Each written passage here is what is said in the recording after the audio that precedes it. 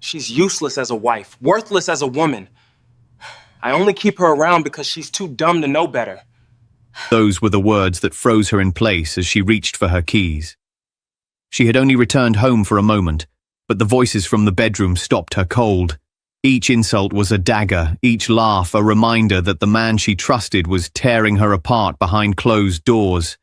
She stood there, her heart breaking, her breath caught in her chest, as the truth she never imagined echoed from the very room she once called her sanctuary. But sometimes the cruelty you overhear becomes the fire that changes everything. This is the story of a woman mocked, betrayed, and broken until she found the strength to rise from the shadows of her own home. And today, it is being retold by me. Hello family, welcome back. Before we begin, I have a small but heartfelt request. Please subscribe. Your support is what keeps these stories alive. Every time you click that button, you're helping us share voices that would otherwise be forgotten and stories that deserve to be heard. And in the comments, tell us where you're watching from, because together, we are not just telling stories, we are keeping hope alive. Emma had always been the careful one. Careful with her words. Careful with her choices. Careful with her heart. Her husband, Daniel, used to say that's what he loved about her. That she wasn't like other women. That she had standards. And Emma believed him.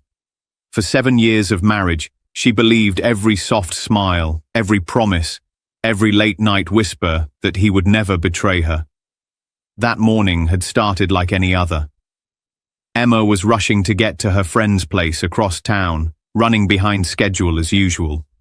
She locked the door, hurried down the steps and slid into her car before realizing her keys were not in her purse. Not again, she muttered to herself, annoyed.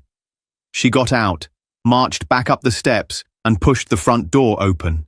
She had left it unlocked without thinking, a habit Daniel always complained about. But before she could reach the table where she thought she left her keys, something stopped her. A sound, a voice. Daniel's voice. She froze. The bedroom door was cracked open just a little. His tone was sharp, laced with laughter. She's useless as a wife, worthless as a woman. I only keep her around because she's too dumb to know better. Emma's breath caught in her throat. Her heart hammered against her ribs. The words cut straight through her, leaving her legs weak. She gripped the wall to keep herself standing. And then she heard it. Another laugh. A woman's laugh. Emma's stomach dropped. It wasn't just Daniel. Daniel. The voice purred. You're so cruel.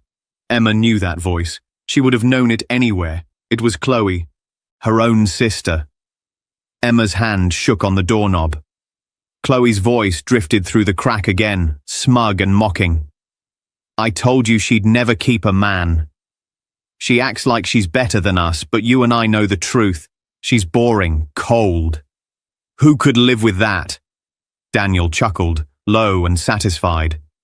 She's too self-righteous to see what's right in front of her. I married a shadow. But you, Chloe, you're alive. Emma's chest tightened. She pressed her hand over her mouth to stop a gasp. Her own husband. Her own sister. The laughter inside stung worse than a slap across the face. Emma felt heat rush to her cheeks, her stomach turning. Her body screamed at her to run, but her feet wouldn't move. Each word they spoke was another knife, carving into everything she thought she knew about love, about family. And then Chloe's words twisted the knife all the way in. She'll find out sooner or later, but what does it matter? She's already lost. Daniel, she doesn't deserve you. She never did. Emma's vision blurred with tears. She could hear her own heartbeat pounding like a drum in her ears. She had to stop this. She had to see their faces when the truth came out. Her hand, trembling but determined, pushed the door wide open. The scene seared itself into her memory. Daniel sitting casually on the edge of the bed, shirt halfway unbuttoned, his arm draped around Chloe, who was still in the silky dress Emma had seen her wearing last night. For a moment, no one moved. Emma's voice cracked as she spoke. What is this? Daniel didn't flinch. He didn't even look guilty. He just sighed, almost bored, as if he'd been waiting for this. "Finally," he said, leaning back. "Finally, you see it." "You're not wanted here." Emma Chloe smirked, resting her head on Daniel's shoulder like she belonged there. "Don't act so shocked, Emma. You always thought you were better than me. Always so perfect, so principled. But look at you now. Alone." Emma's knees went weak. She grabbed the doorframe, her whole body trembling. "Chloe, you're my sister." Chloe's smirk widened into a cruel smile. "And you're nothing." Emma turned her gaze to Daniel, begging, pleading for even a flicker of regret. "Daniel, after everything we've built? After everything I gave up for you?" He met her eyes coldly. "You gave me nothing. You're a shell, Emma, a burden. Chloe gives me what I need. You just exist, and I don't need you anymore." The words slammed into her like a hammer. She shook her head, whispering through tears. "You can't mean that." Daniel stood, towering over her, his voice hard as stone. "Leave the keys and get out." Emma's world spun. Just like that, her marriage, her family, her dignity tossed aside like trash. Chloe leaned against the pillows, her voice dripping with satisfaction. "Goodbye, sister." Emma's breath came in ragged gasps. She felt her chest tighten, her vision blur. She clutched her purse to her chest as if it was the only thing keeping her alive, then turned and stumbled toward the door. Her feet felt like lead. Each step away from that bedroom was heavy, dragging, as though she were walking away from her entire life. By the time she reached the front door, her tears were falling freely. She yanked it open and stumbled into the daylight, blinded not just by the sun but by the sharp sting of betrayal. The keys clinked against the wooden table inside as she dropped them, leaving behind the home she once called safe. Emma's world was over, but the night was just beginning. Emma's hands shook as she walked down the street. Her purse strap cut into her shoulder, but she barely felt it. Her chest felt hollow, her legs unsteady, her mind a storm she couldn't escape. The same question kept repeating in her head, louder and louder with every step. How could they? Her husband, her sister, the two people she should have trusted most. She pulled her phone from her purse with trembling fingers, her eyes blurred with tears as she scrolled to her mother's number. Her thumb hovered over the screen for a moment before she pressed call. The line rang once, twice. Then Margaret's voice came through, calm, familiar, almost soothing. "Emma? What's wrong? Why are you calling in the middle of the day?" Emma's throat tightened. The words fought to come out. "Mom, I caught Daniel with Chloe in our bedroom. They were together." There was silence on the line. Emma waited for her mother's shock, her anger, her comfort. But what came next was nothing she expected. Margaret sighed.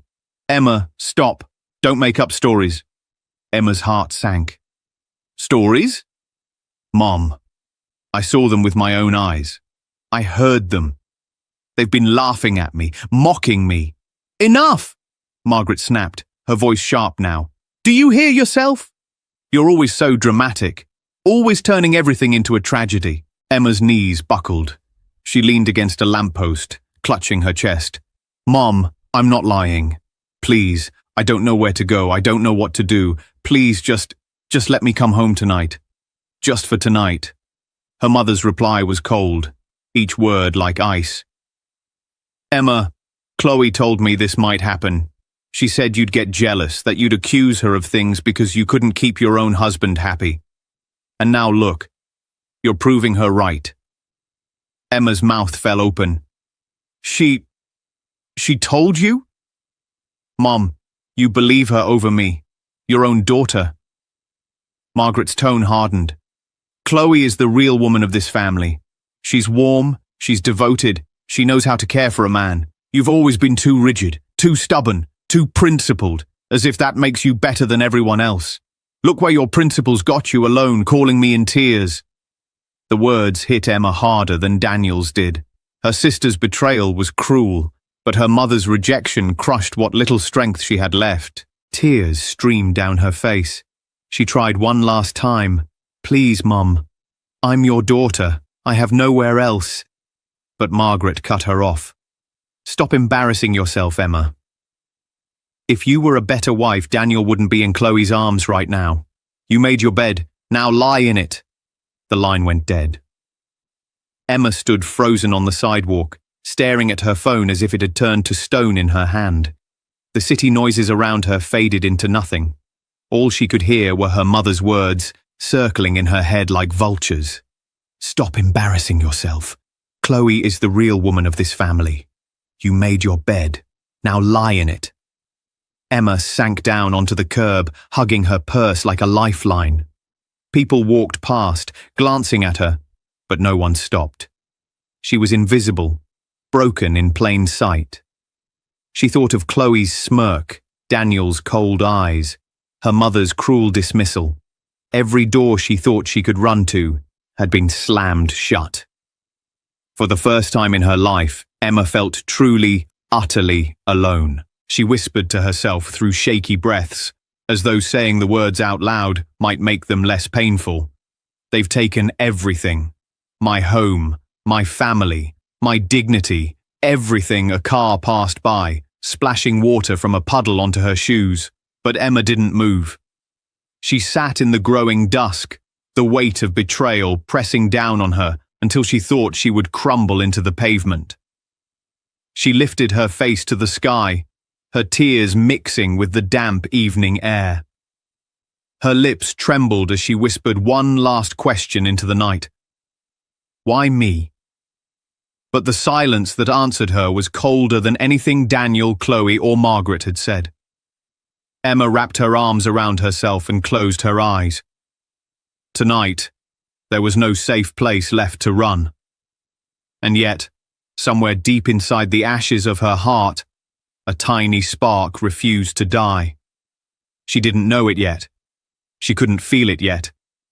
But that spark would grow, and one day, the same voices that mocked her would choke on their own laughter. For now, though, Emma sat on the curb with nothing left but her broken heart and the cruel echo of her mother's voice. And that was how the night swallowed her, alone, exiled, and betrayed by the people she trusted most. If you haven't subscribed yet, we'd love for you to join our community by hitting the subscribe button. Through our stories, we build hope and give a future to children and women who have been abused all over the world. Motivate us by subscribing and turning on your notification bell so you never miss a story that matters. Also, let us know in the comments, where are you watching from, and how did this story speak to you? Emma had always believed that if everything else failed, her family would be there. She could lose a job, lose friends, even lose herself, but not them. They were her blood, her safety net. But when she walked up the front steps of her parents' house that night, with tears streaking her face and her purse clutched to her chest, she felt something inside her whisper that even this hope might be too fragile to hold on to. Her mother, Margaret, opened the door. The porch light cast a sharp glow over her face. She frowned before Emma could even speak. "What are you doing here?" Emma's lips trembled. "Mom, please, I don't have anywhere else. Daniel, he threw me out. And Chloe." Margaret's hand shot up, silencing her. Her eyes were cold, her lips pressed into a hard line. "Don't start that again. Chloe already told me your side of the story. She said you'd try to twist things, make her look bad. I warned you before, Emma. Your pride would ruin you." Emma's chest caved in. "Mum, I'm not lying. They've been together behind my back. I heard them. I saw them. Please, just let me stay here tonight. Just one night. I'll sleep on the couch. I can't be out there. Not tonight." But Margaret shook her head slowly. "No, you think you're better than everyone. Always so rigid, so principled. But look where those principles got you. Alone, begging on my doorstep. You drove your own husband away, Emma. Don't blame Chloe for being the woman you refuse to be." Emma felt the words burn into her skin. She glanced past her mother into the warm house she'd grown up in, hoping, praying for her father's voice, for a hand to reach out. But it was Chloe who appeared at the top of the stairs, wearing one of Emma's silk robes. The sight made Emma's stomach twist. Chloe leaned casually against the railing, her smile smug and lazy. "She's still here," she said to their mother. "I told you, she doesn't know when to quit." Emma's voice cracked. "Chloe, please! You're my sister. You can't do this to me." Chloe tilted her head. "Why not? You always thought you were above me. The perfect wife, the perfect daughter. Well, where did that get you? You're standing outside in the cold while I'm warm inside, with your husband." Margaret's voice was sharp, final. "Go, Emma. Don't come back here until you learn some humility." Emma's eyes filled again, her heart breaking into smaller pieces than she thought possible. She wanted to scream, to beg, to throw herself at their feet. But something inside her snapped instead. She turned and walked back down the steps, her body shaking, her vision blurred. She didn't look back. She spent the next few nights on the couch of an old friend, Lisa, who hesitated before even opening the door. "Emma?" Lisa's brows furrowed. "What happened to you?" Emma tried to explain, but her voice kept cracking, her sentences collapsing. She finally managed, "Daniel and Chloe. Together. He threw me out." Lisa's eyes widened. "With Chloe, your sister." Emma nodded, tears spilling again. Lisa pulled her inside, letting her drop onto the couch. For the first time in days, Emma felt a little warmth, but it was short-lived. Lisa's husband wasn't happy about the arrangement. He whispered, loudly in the kitchen, thinking Emma couldn't hear. "Why is she here?" Daniel said she lost her mind, accused Chloe of things that weren't true. "Do you really want people knowing she's staying here? It'll ruin our reputation." The words stung, even from the other room. Emma curled into herself on the couch, realizing the whispers were already spreading. By the end of the week, she saw it for herself. Former friends crossed the street to avoid her. Neighbors who used to smile at her now stared with pity, or worse, with smirks. Daniel had been busy. He filed for divorce, claiming she was mentally unstable, frigid, and controlling. He told anyone who would listen that he had endured years of her coldness until he finally found comfort in Chloe, and people believed him. Emma saw it on their faces, the whispers at the grocery store, the messages left unread, the invitations that stopped coming. She wasn't Emma the loyal wife anymore. She was Emma the failure. Meanwhile, Chloe wasted no time moving into Emma's marital home. She didn't just take the house, she took Emma's place. Emma saw the proof online. Chloe posted pictures on social media, smiling in Emma's kitchen, drinking coffee from Emma's favorite mug, lounging in Emma's living room. She even posed in Emma's clothes, flaunting them like trophies. But the cruelest blow was when Chloe posted a picture of her hand, Daniel's arm wrapped around her, Emma's wedding ring glittering on her sister's finger. The caption read, "Finally, where I belong." Emma stared at the screen until her vision blurred. Her whole body shook, but no tears came this time. She felt emptied out, like she had nothing left to give. She thought about smashing the phone. She thought about screaming until her throat gave out. Instead, she just placed it face down and lay back on Lisa's couch, staring at the ceiling. Her sister had stolen her husband, her home, her ring, her dignity, and the world was applauding her for it. Emma tried to stay invisible. She kept her head down, her voice low and her presence small. But even as she shrank into the corners of Lisa's apartment, the rumors grew louder. Daniel was relentless. Every day he seemed to invent a new story about her. She never wanted kids. She only married me for money. She drove me into Chloe's arms with her coldness. The lies spread like wildfire.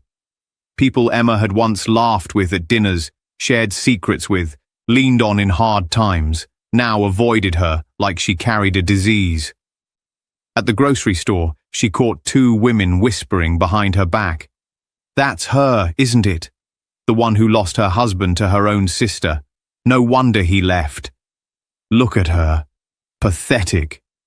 Emma felt the words like stones being thrown. She clutched the basket tighter, forcing herself not to cry in the middle of the aisle. By the time she returned to Lisa's, she was shaking again. She set the groceries on the counter, her hands trembling so badly that an apple rolled to the floor. Lisa bent to pick it up, but didn't look Emma in the eye. "Emma, maybe it's time you found somewhere else. Mark's been uncomfortable with you staying here. People are starting to talk." The words cut deep. Lisa had been her last refuge. Now even that was slipping away. Emma forced a small nod, her voice weak. "I understand." That night, she lay on the couch staring at the ceiling, her eyes wide and burning. She thought of Chloe's smile, Daniel's cold stare, her mother's sharp voice. She felt the walls closing in until it seemed there was no air left. Maybe they're right, she thought. Maybe I really am nothing. But Chloe wasn't finished.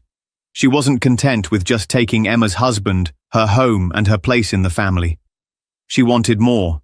She wanted everything. And Emma would soon learn just how ruthless her sister truly was. One evening, Emma forced herself to step outside, needing fresh air. She wandered the streets, her thoughts heavy, until she found herself near her parents' neighborhood. Against her better judgment, she stopped, standing in the shadows across the street from the house she'd grown up in. The living room lights were on. She could see figures moving inside. She knew she should walk away. But something, some desperate, fragile hope, kept her rooted in place. The window was cracked open. Voices drifted out. Chloe's voice. Emma's breath hitched.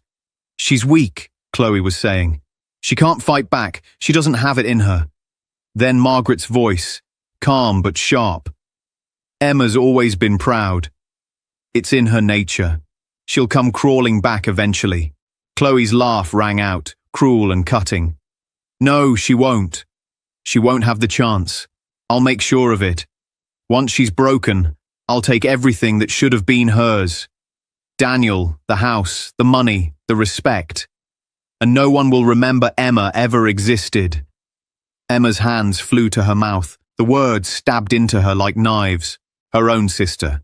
Plotting not just to replace her, but to erase her. She leaned against the cold brick wall, fighting the urge to collapse. The betrayal was deeper than anything she had imagined. Her sister didn't just want Daniel. She wanted her life. She wanted Emma gone. Margaret's voice came again, softer this time. "And what about Emma? What if she fights back?" Chloe scoffed. "She won't. She's too broken. And even if she tries, no one will believe her. Everyone already sees her as the failed wife, the bitter sister. She's finished." The words echoed in Emma's head over and over. She's finished. She's finished. She's finished. Her stomach churned. She stumbled back into the shadows, her whole body trembling. The night air cut into her skin, but she barely felt it. She had never felt so small, so erased, so utterly alone. Her family, her husband, her own sister. They had not only betrayed her, but conspired to destroy her completely. Tears blurred her vision as she walked aimlessly into the dark. Each step felt heavier than the last, as though the world itself was pressing down on her shoulders. She wanted to scream, to cry, to fight back, but all she could do was whisper into the night, her voice breaking. "They want me gone. They want me gone." And for the first time, Emma wondered if maybe they were right. But deep inside, beneath the grief and despair, something stirred. Not hope, not yet, but the faintest flicker of fire, because if Chloe wanted her erased, then Emma knew one thing for certain. She had to survive. The night swallowed her as she disappeared into the dark, carrying with her the unbearable weight of betrayal. and the first fragile spark of defiance. Emma had always believed she was strong. She worked hard, lived honestly, and carried herself with dignity. But strength isn't tested when life is easy. It's tested when everything you've built crumbles around you. And Emma's life was nothing but rubble now. Nights blurred into mornings, days passed like shadows. She wandered streets without direction, clutching her purse like a lifeline. She barely ate. She barely slept. The weight of betrayal pressed on her chest until even breathing felt like a battle.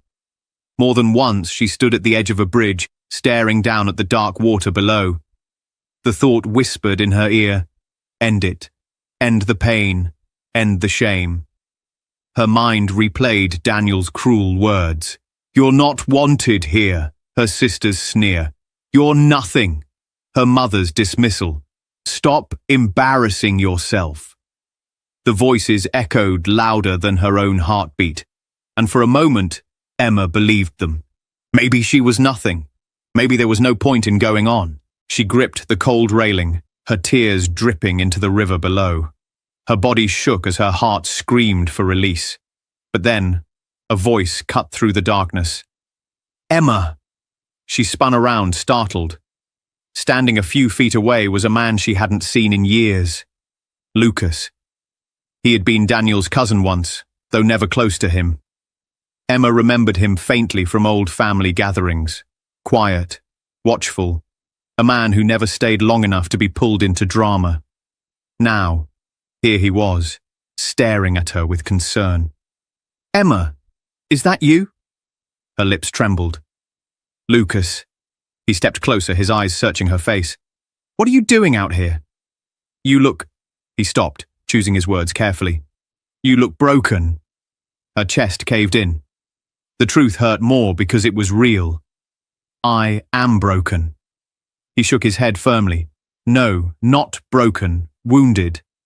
There's a difference." She let out a bitter laugh. "What difference does it make?" "They've taken everything from me. Daniel, Chloe, my family, my home. They've taken my life, Lucas." He studied her for a moment, his gaze steady. Then he said words that pierced through her fog like sunlight. "They want you destroyed because they fear your strength. If you truly were nothing, Emma, they wouldn't fight so hard to erase you." Her breath caught. She stared at him, those words sinking deep. If you truly were nothing, they wouldn't fight so hard to erase you. For the first time in weeks, Emma felt something stir inside her. Not relief, not hope, but defiance. She wiped her tears with the back of her hand, her voice shaky but firm. "Then I can't let them win." Lucas nodded slowly. "Good. That's the Emma I remember." The next days were still heavy, but something had shifted. Emma no longer drifted like a ghost. She began to watch, to listen, to notice. She followed whispers about Daniel's business dealings. She dug into old files she had once ignored, and what she found made her blood boil. Bank transfers. Documents signed in her name that she had never seen before. Chloe's handwriting on ledgers that didn't belong to her. Daniel and Chloe hadn't just stolen her marriage. They had stolen her money too. Manipulated family assets. Forged Emma's signature to funnel funds into accounts that Emma didn't even know existed. The betrayal cut deeper, but this time, Emma didn't crumble. She sharpened. She bought a cheap notebook and began writing everything down. Every rumor, every bank slip, every screenshot she could gather. She built a case quietly, piece by piece, while pretending to the outside world that she was still broken, still defeated. It wasn't easy. With no house, no income, and few friends left, Emma had to survive. She found small jobs, cleaning offices at night, waiting tables at a diner, folding clothes at a laundromat. People whispered. Some mocked her outright. From Daniel's wife to scrubbing floors. No wonder he left. Look at her now. Each word was a knife. But instead of collapsing, Emma let the pain fuel her. With every insult, her determination grew stronger. She saved what little she could. She stopped caring about appearances. While Chloe flaunted her stolen life online, posting pictures in Emma's old dresses, laughing beside Daniel in Emma's kitchen, Emma was building quietly in the shadows. She was no longer the Emma who cried on curbs, begging her mother for comfort. That Emma had died. A new Emma was forming, piece by piece, scar by scar. Weeks later, Lucas found her again. They met at a small coffee shop, tucked away from the places Daniel and Chloe's circle might haunt. "You look different," Lucas said, watching her sip her coffee. Emma raised a brow. "Different how?" "Stronger. Sharper," she almost smiled. "I don't feel strong." He leaned forward. "That's because strength doesn't always feel good. Sometimes it feels like carrying stones up a mountain. Painful, heavy. But it changes you. Makes you unshakable." Emma's eyes burned, but this time it wasn't just grief. It was something fiercer. "Then let them try to bury me. I'll dig myself out." Lucas smiled faintly. "That's the Emma I was hoping to see." Her chance came sooner than she expected. Her family planned a gathering, a birthday dinner for her mother, Margaret. Emma wasn't invited, of course, but she went anyway, standing at a distance in the rain, watching through the window as her family gathered around Chloe and Daniel. She saw Chloe glowing in the center of attention, Daniel at her side, Margaret beaming with pride. They toasted with glasses of wine, laughter spilling into the night. And then Chloe rose from her chair, her hand resting delicately on her stomach. "I have an announcement," she said, her voice sweet, carrying even through the glass. "Daniel and I are expecting." The room erupted in cheers. Margaret cried tears of joy. Family members hugged Chloe, congratulating her as though she had won the highest honor. Emma stood outside in the rain, her body trembling. Her heart cracked again, raw and aching. Her sister was not only stealing her husband but now carrying his child, the final nail in the coffin of Emma's old life. The family celebrated inside, while outside Emma stood soaked to the bone, unseen, unwanted, forgotten. She pressed her hand against the cold glass, her tears mixing with the rain. For a moment, she felt the weight of despair crush her again. But then, something shifted. The pain didn't break her this time. It hardened her. She whispered to herself through clenched teeth, "If they want war, I'll give them war." Her reflection in the window stared back at her. Not the broken Emma, but the one being reborn. Emma turned away from the glowing room, walking into the dark night. She had no applause, no family, no support. But she had something far more dangerous. A plan. And for the first time, the fire in her chest burned brighter than her grief. The night was warm, but the air inside the grand house was heavy with perfume, chatter, and smug laughter. The chandeliers sparkled as if even they were celebrating Chloe's triumph. The walls, once Emma's sanctuary, now belonged to her sister and Daniel, the betrayers who had built their new life on the ruins of her old one. The occasion, Chloe and Daniel's engagement celebration, a final slap in the face after Emma's divorce had been pushed through with ruthless efficiency. Guests filled the rooms, dressed in their finest clothes. Glasses clinked, voices rose, and everyone seemed eager to sing praises for Chloe and Daniel. She's everything Emma never was. Finally, Daniel has the woman he deserves. Chloe has done the family proud. The words sliced through the air like poisoned arrows. Margaret stood tall among them, smiling as if she hadn't disowned her eldest daughter, as if she hadn't mocked Emma's pain. Tonight, Margaret shone with pride, introducing Chloe and Daniel as though they were royalty. The guests applauded, the family beamed. And in the middle of it all, Chloe glowed in Emma's stolen dress, an ivory gown that Emma herself had bought years ago for a special anniversary that never came. Daniel stood at her side, smug and self-satisfied, his hand resting on Chloe's as though Emma had never existed. It was their night, their stage, their victory. Until the doors opened. The sound was soft at first, barely noticed. Then all heads turned. The chatter fell into silence. The room froze. Emma stepped in. She wasn't the broken woman they had last seen. She wasn't the weeping exile, the desperate outcast. She was radiant, dressed in a deep crimson gown that hugged her figure with quiet strength. Her hair swept up, her eyes clear and unyielding. She carried herself with poise, her steps slow and deliberate, as though she owned the ground beneath her feet. The hush that followed was electric. Chloe's smile faltered. Daniel's jaw clenched. Margaret's face drained of colour. Emma stopped at the centre of the room, her gaze steady, her voice calm. "Don't stop on my account. This is a celebration, isn't it?" The crowd stirred uneasily. A few whispers rippled through the silence. Chloe forced a laugh, her tone high and sharp. "Emma, I didn't realize you'd be joining us tonight." Emma's lips curved slightly. "I wasn't invited. But I thought, why not stop by? After all, this was my house once." The words stung. Chloe's grip on Daniel's hand tightened. Daniel shifted, trying to regain control. "You shouldn't be here, Emma. This isn't your place anymore." Emma tilted her head. "Isn't it? Funny. I think it's still very much mine." And then she moved. Calmly, confidently, she reached into her bag and pulled out a small flash. "Drive."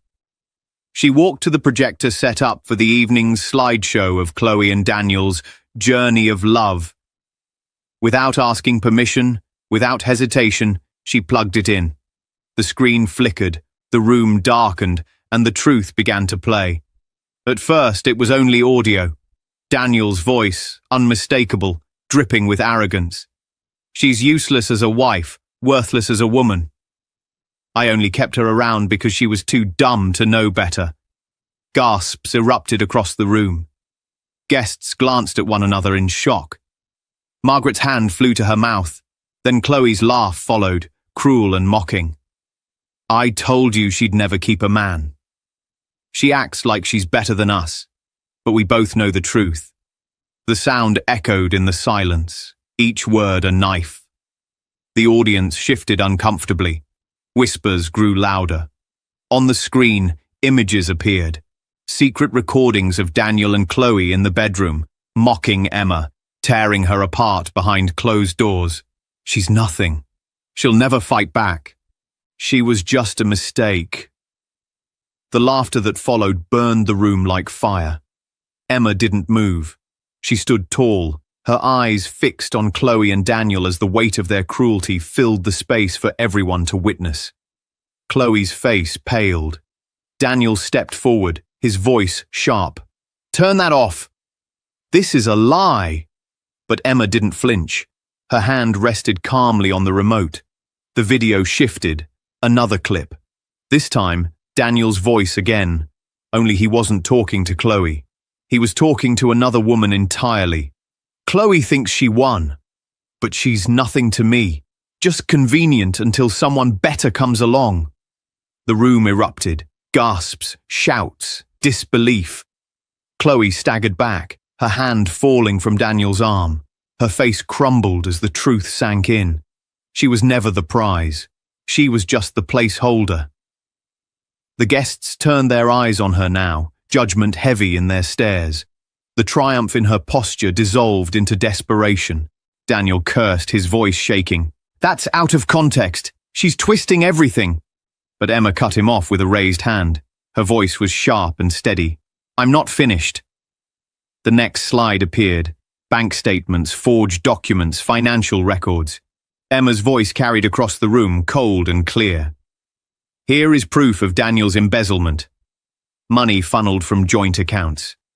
My signature forged on documents I never saw. And Chloe..." She turned to her sister, her eyes narrowing. "You didn't just steal my husband. You stole from your own family. These are the ledgers you falsified. These are the assets you hid. You thought no one would notice. But I did. The silence was deafening. Faces turned toward Chloe, disbelief and disgust painted across them. Margaret's voice cracked, trembling. "Chloe, is this true?" Chloe shook her head violently, her voice shrill. "No! She's lying! She's making this up to ruin me!" But Emma wasn't alone. At that moment, a man in a suit stepped forward. A lawyer, calm and precise. He held up a folder. "These are legal filings. As of this morning, lawsuits have been placed against Daniel and Chloe for fraud and theft. Evidence has already been submitted to the courts." The room exploded in chaos. Guests shouted, some stepping back as if the accused carried a contagion. Chloe's friends slipped away quietly, unwilling to be tainted by the scandal. Margaret swayed on her feet, her face stricken as the daughter she had favored stood exposed as a thief and liar. Daniel lunged toward Emma, his face twisted with rage. "You think this changes anything? You think you can destroy me?" But before he could reach her, 2 security guards, hired by Emma, stepped forward, blocking his path. They grabbed his arms, forcing him back. His shouts filled the room, but his power had evaporated. For the first time, Daniel looked like what he truly was. Small, desperate, cornered. Chloe collapsed into a chair, sobbing, her mascara streaking down her face. The woman who had strutted in Emma's stolen life was now crumbling before everyone. Emma waited for the noise to die down. Then she stepped forward, her gaze locked on her sister. Her voice was calm, almost quiet, but every word carried. "You wanted my life so badly that you destroyed me for it.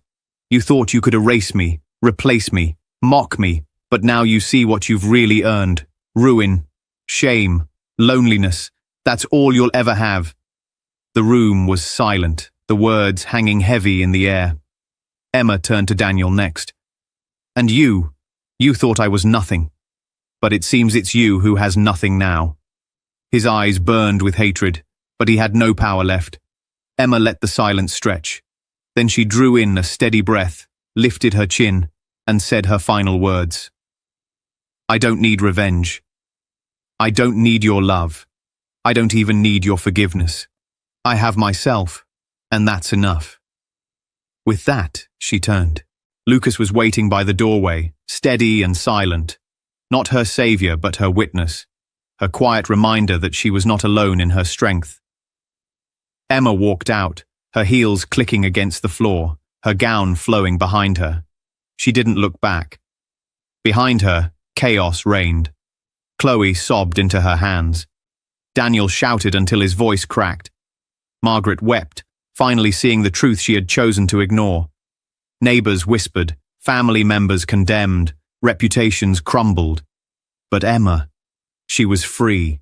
She stepped into the night air, the cool breeze brushing her skin. She inhaled deeply, her chest lighter than it had been in years. She wasn't the broken woman who once stood outside in the rain, forgotten and erased. She was the woman who had faced betrayal, endured humiliation, and risen stronger than them all. Her story wasn't of revenge, it was of reclamation. Betrayal cuts deepest when it comes from those you call family. But truth has a way of burning, through lies. The same hands that tried to bury you will one day dig their own graves. Emma rose not by revenge alone, but by reclaiming her worth. And with that, Emma walked into her new life, not defined by pain, not chained by betrayal, but carried by her own strength. Unbroken, unstoppable, unforgettable. The champagne bottle sat on the kitchen counter, still cold from the store. I had bought it to celebrate the biggest secret I'd been keeping from my husband for 3 years of marriage. Tonight was supposed to be the night I finally told Brandon about my $2 billion inheritance. I was tired of hiding who I really was. I walked toward our bedroom to change into something nice for dinner, my heart racing with excitement. We could finally stop worrying about money. We could travel, buy that house we always talked about, start the family we planned. I imagined the look on his face when I told him the truth. Then I heard his voice through the slightly open bedroom door. "Baby, I'm telling you it's going to happen soon," Brandon was saying into his phone. His voice had that smooth tone he used when he was trying to convince someone of something. Naomi's been acting weird lately, like she's hiding something big. I think her grandmother left her more money than she's telling me. I stopped breathing. My hand froze on the door handle. I know, he continued, and I could hear him pacing. Look, Candace, once I find out what she's really worth, we can make our move. This whole loving husband thing is getting old, but if there's serious money involved, I can play the part a little longer. The world tilted. Candace. I knew that name. She worked at his office. Trust me, babe, Brandon laughed, and the sound made my stomach turn. Once I get whatever she's hiding, we can be together for real. I'll divorce her, take half, and we'll be set for life. She's so stupid and trusting, she probably doesn't even have a prenup that protects her. I pressed my back against the hallway wall, my legs suddenly weak. The champagne bottle slipped from my hand and crashed to the floor, the sound echoing through our apartment like a gunshot. What was that? Brandon's voice changed immediately. Nothing, baby, I heard him say into the phone. I'll call you later. Love you. Love you. He'd said those same words to me that morning when he left for work. I stood there in the hallway, surrounded by broken glass and champagne, my whole world falling apart. The inheritance papers were in my purse, ready to share with the man I thought was my partner for life.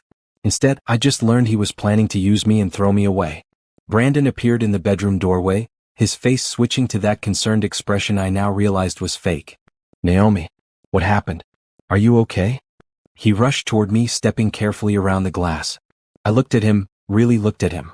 His dark eyes that I'd thought were filled with love. His strong hands that I'd thought were meant to hold mine forever. His smile that I now knew was a lie. I'm fine, I managed to say, my voice sounding strange even to me. Just clumsy. Let me clean this up, he said, already moving toward the kitchen for a broom. You go sit down. I'll take care of it. I watched him clean up the mess, this man who was planning to destroy my life. He was being so careful, so caring, making sure I didn't step on any glass. The performance was perfect. There, he said, dumping the last pieces into the trash. Good as new. He walked over and kissed my forehead the same way he did every day. You seem stressed lately. Everything okay at school? School. My job teaching elementary school kids. The job I loved but didn't need. The simple life I'd chosen to live while hiding who I really was. Just tired, I said. Long day. Well, how about we order Chinese food and watch a movie tonight? Brandon suggested, wrapping his arms around me. You can relax. I nodded, not trusting my voice. His arms felt like chains now instead of comfort. As he went to get the takeout menus, I stared at the spot where the champagne had been. That bottle was supposed to change everything. Instead, everything had changed in a completely different way. My phone buzzed with a text from my assistant at the company I secretly owned. The board meeting for tomorrow is confirmed. They're excited to finally meet you in person. I'd been planning to miss that meeting to spend time with Brandon. I'd been planning to step down from hiding behind lawyers and start taking an active role in my grandmother's empire.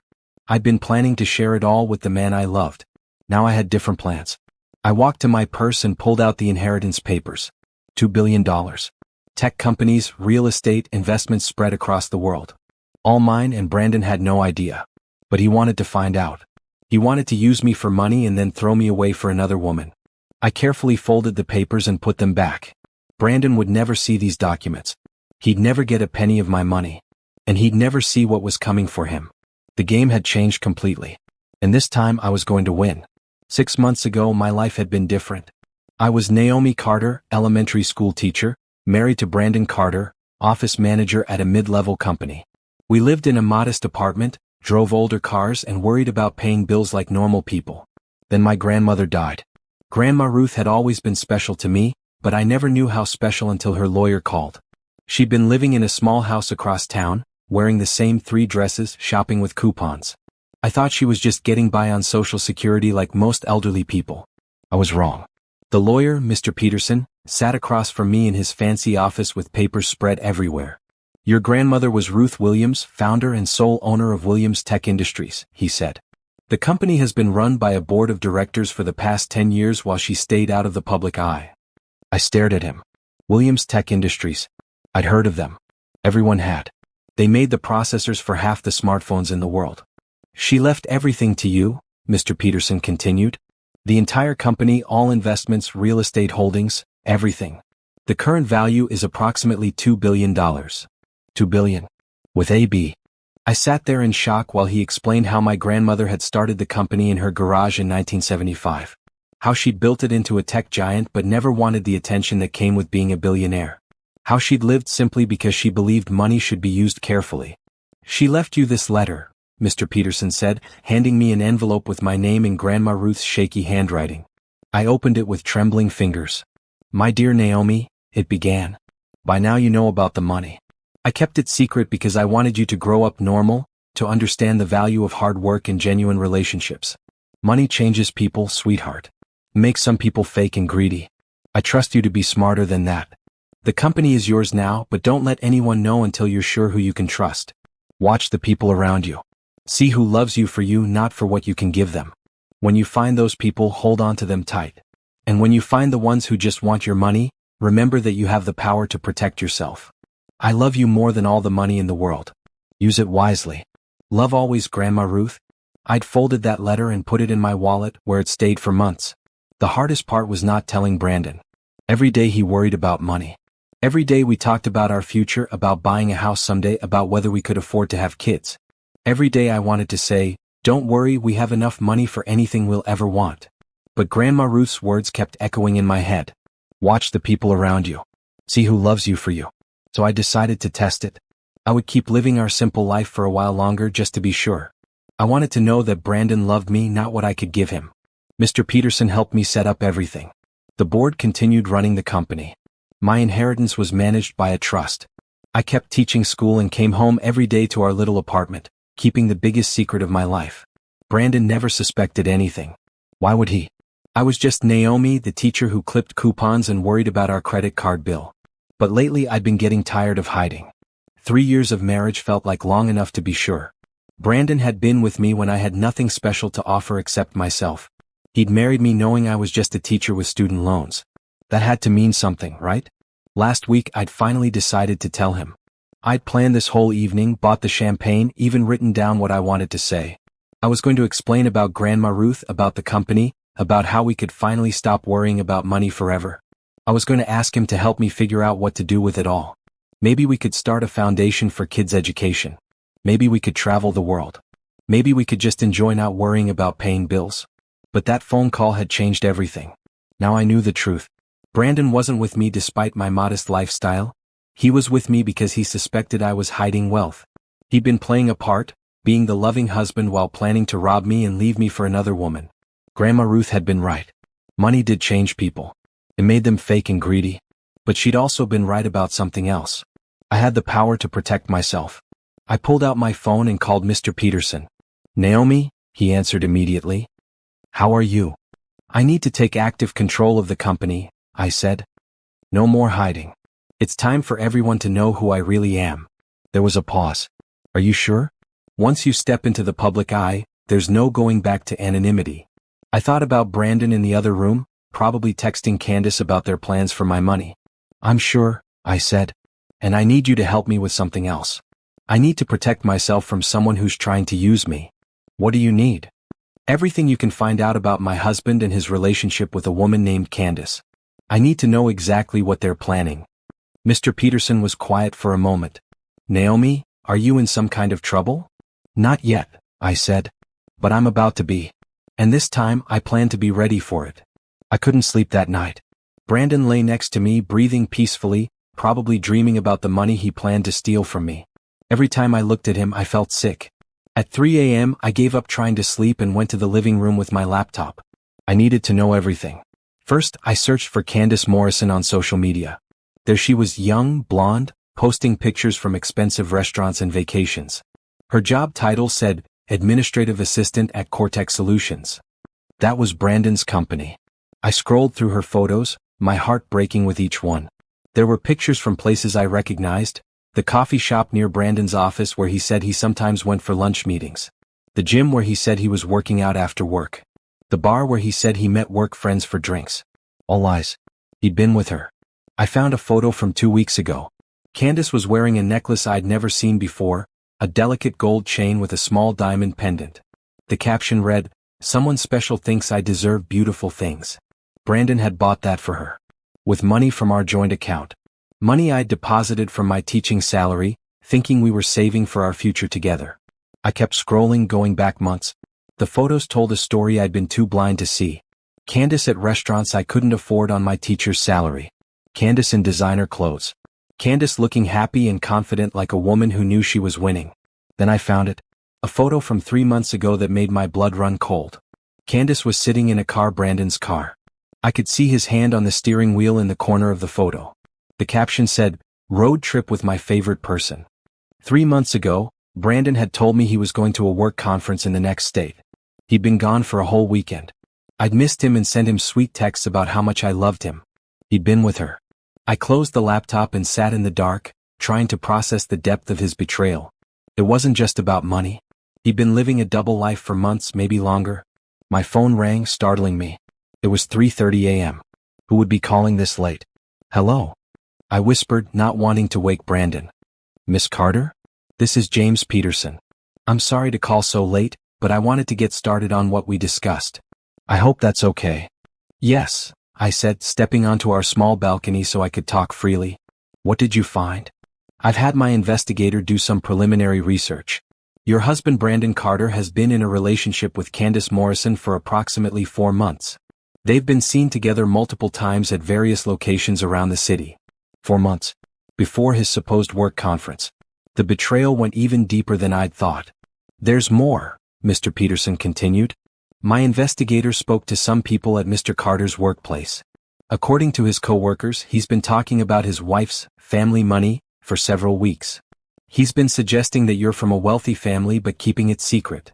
"But I never told him that," I said. "I never said anything about my family having money." He seems to have drawn his own conclusions. Perhaps from small things, the way you sometimes don't worry about money or changes in your behavior since the inheritance. People notice more than we think they do. I thought about the past few months. Had I been acting differently? Maybe I had been a little less stressed about bills. Maybe I'd been more generous with small purchases. Maybe Brandon had been watching me more carefully than I'd realized. "What should I do?" I asked. "First, don't let him know that you know. Continue acting normal while we gather more evidence. Second, I'd like to set up a meeting with you tomorrow to discuss protecting your assets. And third, I'm going to recommend we hire a private investigator to document everything properly."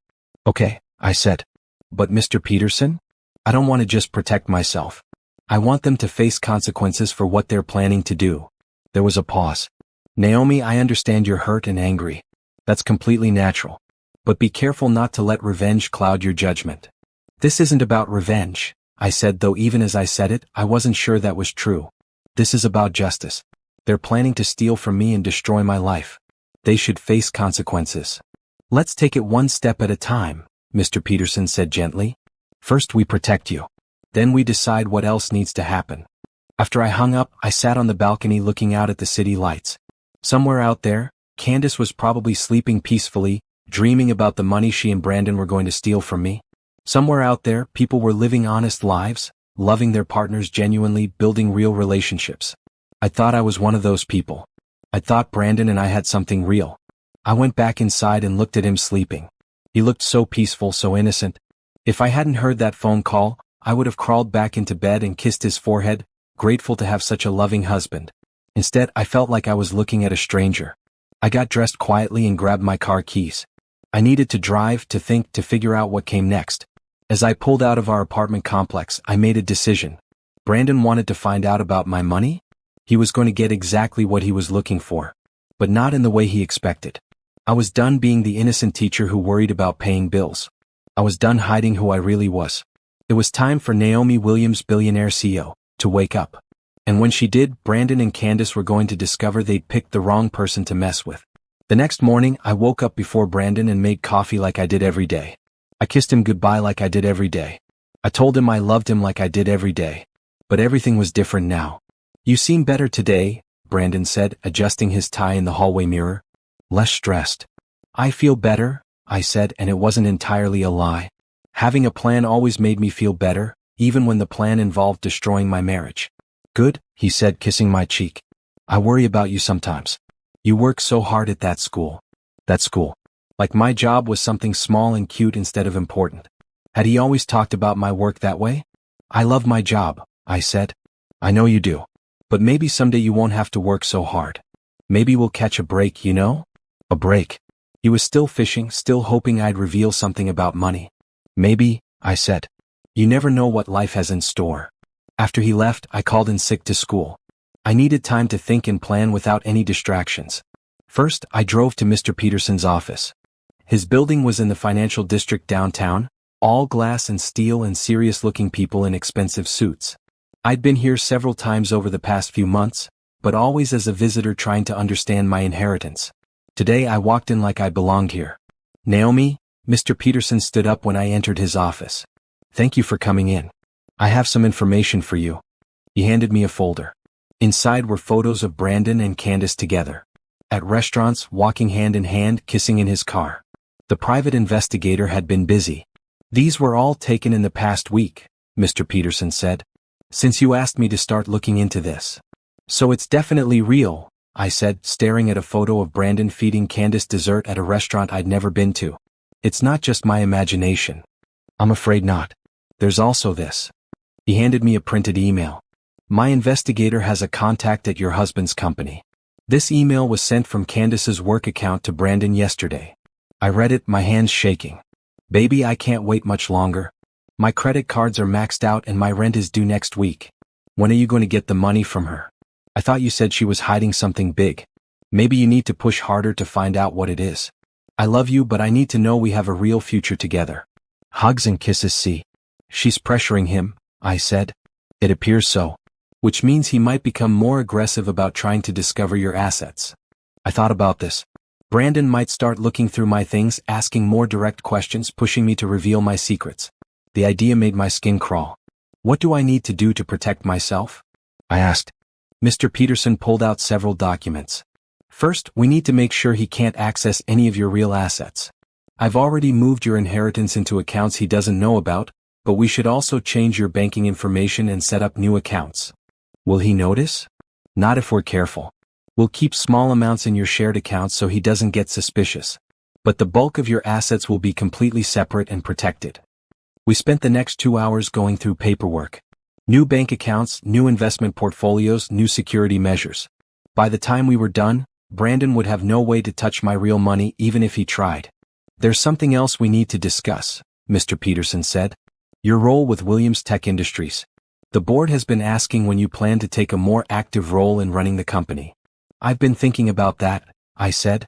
I think it's time. Are you sure? Once you step into that role publicly, there's no hiding your wealth anymore. Everyone will know who you are. I thought about Brandon and Candace plotting to use me and throw me away. Good, I said. Let them know exactly who they're dealing with. Mr. Peterson smiled. In that case, I'll set up a board meeting for next week. It's time for you to officially become CEO of Williams Tech Industries. I left his office feeling powerful for the first time in days. But I still had to go home to Brandon, still had to pretend nothing had changed. He was already home when I got there, sitting on the couch with his laptop. How was your day? He asked without looking up. Fine. Just ran some errands. How was work? Same as always, he said. Then he looked at me with that calculating expression I was starting to recognize. Hey, I was thinking about something today. Your grandmother, did she ever mention having any investments or anything like that? My heart pounded, but I kept my voice steady. Not really. Why? Just curious. Sometimes old people are more well off than they let on, you know? Maybe she left you something more than just the house. The house. I'd told Brandon that Grandma Ruth had left me her small house, which I'd supposedly sold for a modest amount. It was easier than explaining the truth. Just the house, I said. You know how she lived. She didn't have much. Brandon nodded, but I could see disappointment in his eyes. Right. Just, sometimes I wonder if we're missing something, you know? Like maybe there's a way to improve our situation that we haven't thought of. Our situation is fine, I said. We have everything we need. Do we though? Brandon closed his laptop and looked at me directly. I mean, we're both working hard, but we're still living paycheck to paycheck. Don't you want more than this? More than this. More than our simple apartment, our modest life, our normal problems. Brandon wanted more, and he thought I was the key to getting it. I'm happy, I said. Aren't you happy with me? Of course I'm happy with you, he said quickly. I just think we deserve better, that's all. We deserve nice things. Like what? Like a real house. Nice cars. The ability to travel. Maybe you could quit teaching and we could figure out something that pays better. Quit teaching. Give up the job I loved so we could live a lifestyle we couldn't afford. Unless, of course, he was planning to fund that lifestyle with money he stole from me. I like teaching, I said. I know you do. But there are other things you might like even more. Things that would give us more options. I stared at him, this man who was supposed to love me for who I was, trying to convince me to give up my dreams for his plans. I'll think about it, I said. That night, while Brandon slept next to me, I stared at the ceiling and planned my next moves. In 1 week, I would officially become CEO of a billion-dollar company. Brandon had no idea what was coming. But he was about to find out exactly who he'd married. And exactly what happened to people who tried to use Naomi Williams. Over the next few days, I became a detective in my own life. Every morning, I kissed Brandon goodbye and went to school, but my mind was focused on gathering evidence of his betrayal. The private investigator Mr. Peterson hired, a sharp woman named Detective Rodriguez, had given me some simple tools. A small recording device that looked like a pen. An app for my phone that could recover deleted text messages. Instructions on how to document everything without getting caught. The hardest part was acting normal. Every time Brandon touched me, every time he said he loved me, every time he smiled at me with that fake warmth, I wanted to scream. But I forced myself to smile back, to play the part of the loving wife who had no idea what was happening. On Wednesday, while Brandon was in the shower, I checked his phone. He'd deleted his recent text messages, but the app Detective Rodriguez gave me could recover them. What I found made me sick. Can't wait to see you tonight, he texted Candace the day before. Told him I'm working late again. This is getting harder, Candace had replied. I feel bad lying to her. Don't feel bad. She's probably hiding money from us anyway. Rich people always are. Like they were a team working against me. What if she's not rich though? Candace had asked. What if we're wrong? Trust me, baby. I've been watching her for months. She acts like someone who has money. The way she shops, the way she doesn't stress about bills. She's hiding something big. I stared at the phone, my hands shaking. Brandon had been studying me like a project, looking for signs of wealth. Our entire marriage had become his investigation. The next message made it worse. Even if she doesn't have family money, teachers have good retirement accounts, Brandon had written. And this apartment is in her name. We can get something out of this marriage either way. I love you, Candace had replied. I just want us to be together without all this lying. Soon, baby. Once I figure out what she's really worth, we can make our move. Make their move. Like I was a chess piece they were planning to capture. I quickly took screenshots and sent them to Detective Rodriguez, then deleted the evidence from his phone. My hands were shaking so badly I could barely type. When Brandon came out of the shower, I was sitting on the bed pretending to grade papers. You okay? He asked, noticing my expression. Just tired, I said. These kids are driving me crazy with their math homework. He sat down next to me and rubbed my shoulders. Maybe you should take a break. We could go away for a weekend or something. A weekend away. Probably so he could search the apartment while I was relaxed and trusting. That sounds nice, I said. Where would we go? I don't know. Somewhere cheap but romantic. We could drive to the mountains, find a little cabin. Because he was still pretending we didn't have money. But romantic because he needed to keep me believing he loved me. I'd like that, I lied. Thursday night I followed him. I told him I was going to my book club, but instead I parked across the street from his office building and waited. At 6:30 he came out with Candace. They walked to his car like a real couple, comfortable and natural together. I followed them to a restaurant I'd never been to, an expensive place with valet parking. Through the window, I watched them share a meal that probably cost more than I spent on groceries in a week. Brandon was paying with a credit card I didn't recognize. I took photos with my phone, my heart breaking with each picture. They looked happy together. They looked like people in love. Brandon was touching her hand, making her laugh, looking at her the way he used to look at me. Or maybe he'd never looked at me that way. Maybe everything I remembered was fake. After dinner, they went to Candace's apartment. I sat in my car across the street for 2 hours, watching the lights in her window, knowing my husband was upstairs with another woman. At 10 p.m., my phone buzzed with a text from Brandon. Working really late tonight, babe. Don't wait up. Love you. Love you. While he was in bed with someone else. I drove home to our empty apartment and called Detective Rodriguez. I have more evidence, I said when she answered. Good. How are you holding up? I'm not sure, I admitted. This is harder than I thought it would be. It always is. But you're doing the right thing by protecting yourself. Do you have somewhere safe to go if you need to get away from him? I thought about this. Actually, yes. I think it's time I started using some of my resources. Friday morning, I called Mr. Peterson. I want to buy a place, I said. Somewhere private where I can think and plan without Brandon knowing about it. What did you have in mind? Something nice. Maybe a condo downtown, under a company name so it can't be traced back to me. I need a space that's completely mine. I can have something arranged by this afternoon, Mr. Peterson said. How large a budget are we talking about? For the first time in my life, I said the words out loud. Money isn't an issue. 2 hours later, I was standing in a beautiful penthouse condo with floor-to-ceiling windows overlooking the city.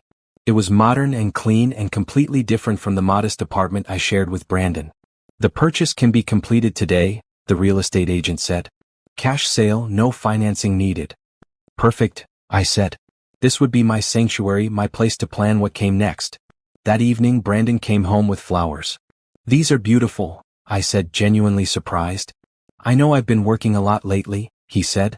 I wanted to do something nice for you. Guilt flowers. He was feeling bad about cheating on me, so he was trying to make himself feel better. Thank you, I said. They're lovely. I love you, Naomi, he said, pulling me into his arms. I hope you know that. I looked into his eyes, searching for any sign of genuine feeling. But all I could see was calculation. Even this moment, this declaration of love, felt like part of his plan. I love you too, I said because I had to. But as I said it, I realized something that broke my heart all over again. I still did love him.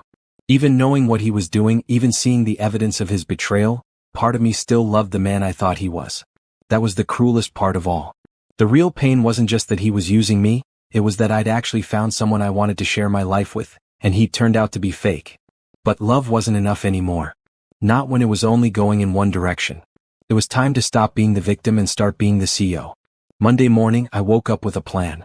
If Brandon wanted to find out about my money, I was going to give him exactly what he was looking for. But not in the way he expected. I started small. At breakfast, while he was reading news on his phone, I casually mentioned a phone call I'd supposedly received.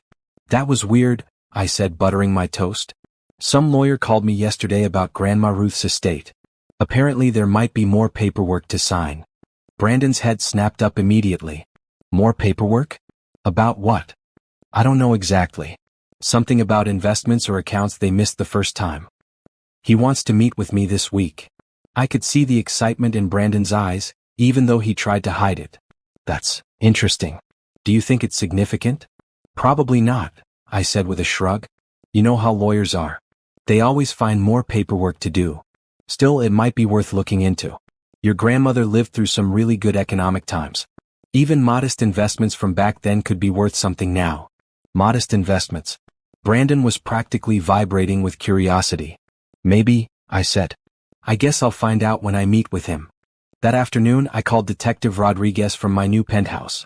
I want to set up a situation where they think they're about to get access to money, I told her. Can you help me stage something? What kind of something? A fake meeting with lawyers, fake inheritance documents, something that makes them think they're about to strike it rich. I want to see exactly how far they're willing to go. Detective Rodriguez was quiet for a moment. Naomi, are you sure about this? Once you start actively manipulating them, there's no going back. This moves from gathering evidence to setting a trap. They set a trap for me first, I said. They're planning to rob me and destroy my life. I want to know exactly what they're capable of. Okay. Here's what we can do. We spend an hour planning. Detective Rodriguez would pose as a law clerk and call the apartment when Brandon was home. She'd leave a message about a large inheritance that needed immediate attention. We'd create fake documents that suggested I was about to inherit a substantial amount of money. Then we'd watch how Brandon and Candace reacted. The key is to make it look legitimate but not too good to be true, Detective Rodriguez explained. We want them excited but not suspicious. That evening, I put the plan into action. Brandon was watching TV when my phone rang. Miss Carter, said Detective Rodriguez, using a professional voice I barely recognized. This is Janet Mills from the law firm of Peterson, Rodriguez and Associates. I'm calling about your grandmother Ruth Williams' estate. Oh, I said, making sure Brandon could hear me. Is there a problem? Not a problem exactly, but we've discovered some additional assets that weren't included in the original probate. It appears your grandmother had several investment accounts that were managed by a different firm. We need to meet with you as soon as possible to discuss this. Brandon had muted the TV and was definitely listening now. How much are we talking about? I asked. I can't give specific numbers over the phone, but it's significant. Much more significant than what was originally disclosed. Can you come in tomorrow morning? Yes, of course. What time? How about 10 a.m.? And Miss Carter? You might want to consider bringing your husband. Depending on the size of the inheritance, there could be tax implications and financial planning decisions to make. Perfect. Detective Rodriguez was giving Brandon a reason to be involved. After I hung up, I sat quietly for a moment, pretending to process the information. What was that about? Brandon asked, trying to sound casual. I think there might be more money from Grandma Ruth than we thought. Really? How much more? She wouldn't say over the phone, but it sounded like it could be a lot. She suggested you should come with me to the meeting. Brandon's eyes lit up like Christmas morning. Of course I'll come. We're a team, right? We should handle this together. Team. Right. She said there could be tax implications. I continued. It must be more than just a few $1,000s. When is the meeting? Brandon asked. Tomorrow at 10 a.m. That night, Brandon was different. He was attentive and loving, bringing me tea and rubbing my feet while we watched TV. He kept talking about our future, about all the things we could do together. Whatever this inheritance is, we'll be smart about it, he said. We could pay off your student loans, maybe get a house, start that family we've been talking about. Start a family. With a man who was planning to rob me and leave me for another woman. It might not be that much, I said. I don't want to get our hopes up. Even if it's just enough to help us get ahead, that would be amazing, Brandon said. Your grandmother was a smart woman. I bet she put money away that nobody knew about. After Brandon fell asleep, I went to the living room and called Detective Rodriguez. How did he react? She asked. Exactly like we expected.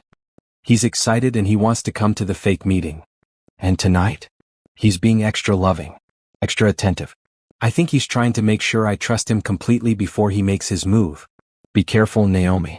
If he thinks there's real money involved, he might become more aggressive about securing it.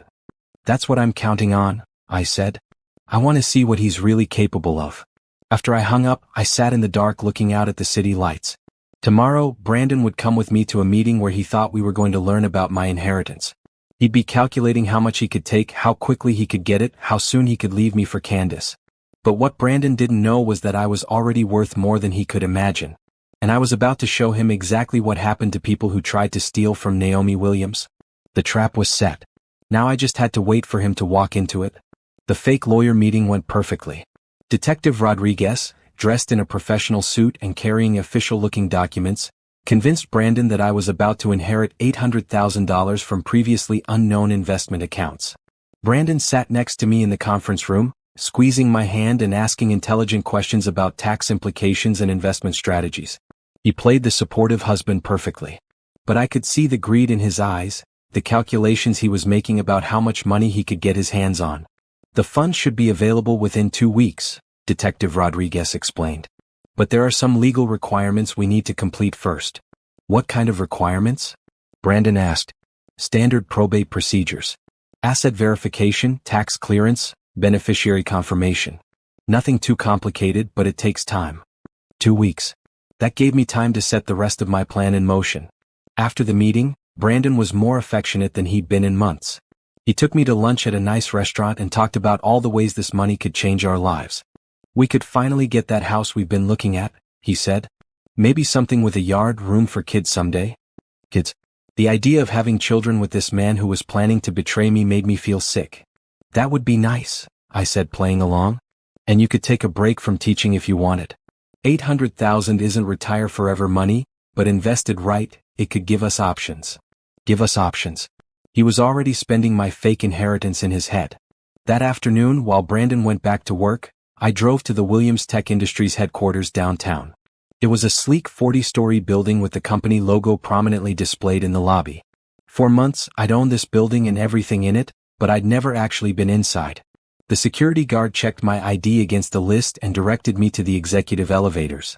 Top floor, Ms. Williams. They're expecting you. Ms. Williams. Not Miss Carter. Here, I wasn't Brandon's wife or elementary school teacher. Here I was the owner of a $2 billion empire. The elevator opened directly into a reception area that was all glass and modern art. A woman in her 50s stood up from behind a massive desk. "Ms. Williams," she said warmly. "I'm Patricia Chen, your executive assistant. It's wonderful to finally meet you in person." "Thank you, Patricia. I'm sorry it's taken so long for me to come in." "Not at all. Your grandmother preferred to stay behind the scenes as well. The board is waiting for you in the conference room whenever you're ready." She led me down a hallway lined with windows overlooking the city.